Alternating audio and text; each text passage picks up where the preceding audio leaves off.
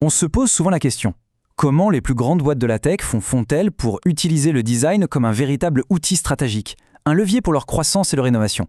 Eh bien, c'est exactement ce qu'on va décortiquer aujourd'hui. On va voir ensemble comment le visuel est devenu un moteur absolument essentiel à leur réussite. Allez, pour commencer, on plonge directement dans le vif du sujet avec cette citation devenue iconique de Thomas Watson Jr., le président d'IBM. Franchement, ça résume parfaitement l'idée centrale de notre discussion. Le design, ce n'est pas juste pour faire joli. Non, c'est un pilier fondamental du monde des affaires. D'ailleurs, cette idée, elle vient d'une histoire assez sympa. Tout commence dans les années 50. Thomas Watson Jr. se balade tranquillement sur la 5e avenue à New York, et là, il tombe sur une boutique Olivetti. Il est complètement bluffé par la modernité de la vitrine, les couleurs vives des machines à écrire.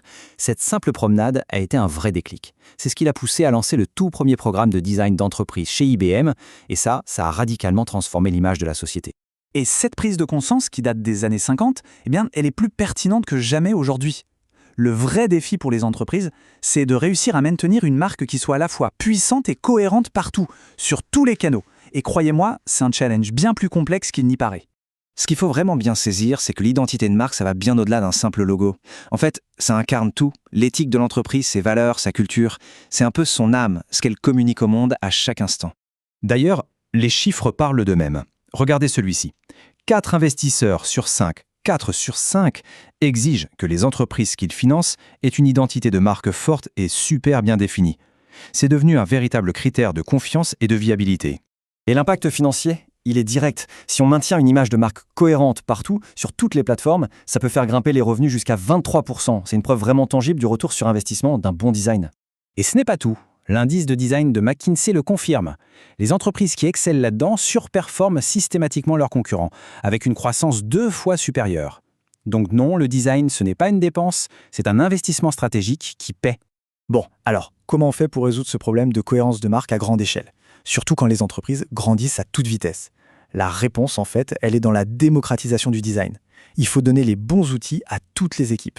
Et c'est justement là que des plateformes de communication visuelle comme Canva entrent en jeu. Il ne faut pas voir ça comme un simple outil de création, mais plutôt comme un vrai espace de collaboration, pensé pour que la communication visuelle soit fluide et surtout cohérente dans toute l'entreprise. Alors, comment ça marche concrètement? Eh bien, avec des fonctionnalités comme les kits de marque multiples, des contrôles avancés qui permettent de verrouiller certains éléments d'un design, ou encore des dossiers centralisés pour les ressources, tout est pensé pour garantir que chaque création respecte l'identité visuelle de l'entreprise à la lettre. Prenons un exemple concret. Le Brain Kit ou kit de marque. C'est un endroit où on centralise toutes les couleurs, les polices, les logos. Comme ça, n'importe qui dans l'équipe peut y accéder en un clic et s'assurer que ses créations sont parfaitement alignées avec la charte graphique. C'est simple et efficace. L'objectif final, c'est de faire sauter les verrous.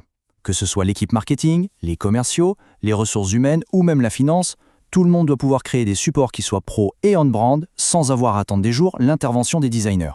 Bon, assez de théorie, passons à un cas pratique pour voir comment tout ça s'articule dans la vraie vie. Et pour ça, l'exemple de Skyscanner est vraiment très parlant. Alors imaginez un peu le défi. Skyscanner, ce géant mondial du voyage, devait lancer une toute nouvelle identité de marque. Pas juste dans un bureau, non. Il fallait déployer ça dans 36 marchés différents pour plus de 1000 employés. La complexité logistique était juste énorme. Leur stratégie s'est déroulée en 3 étapes très claires. D'abord, bien identifier le défi.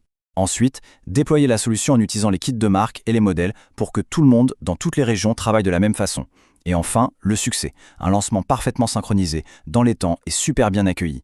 Et cette citation de Judson Cowan, le Senior Design Manager de Skyscanner, eh bien, elle résume tout. La plateforme leur a permis de coordonner cet effort mondial de manière simultanée. Ça a été la clé de leur succès.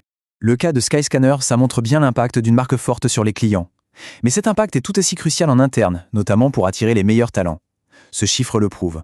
3 candidats sur 5 accordent une très grande importance à l'alignement entre la culture de l'entreprise et sa marque. C'est pour ça que la marque employeur est devenue un sujet si important. Des outils de design permettent aujourd'hui aux équipes RH de créer facilement des publications qui claquent pour les réseaux sociaux, des vidéos internes, des manuels d'accueil, bref, tout ce qui aide à raconter l'histoire de l'entreprise à ses futurs employés. Alors, pour boucler cette exploration, quel est le message clé à emporter avec soi ? Le point vraiment crucial, c'est celui-ci. Le design, ce n'est pas la cerise sur le gâteau. Non, c'est un ingrédient fondamental de la recette du succès. C'est un vrai moteur qui alimente la croissance, qui assure la cohérence et qui stimule l'innovation à tous les étages de l'entreprise. Et cette citation de Steve Jobs, elle nous le rappelle avec force. Dans le monde de la tech, l'innovation, c'est la clé.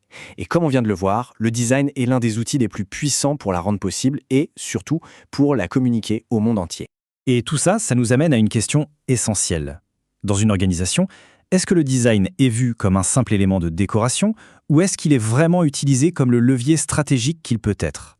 C'est une question qui mérite, je pense, une vraie réflexion.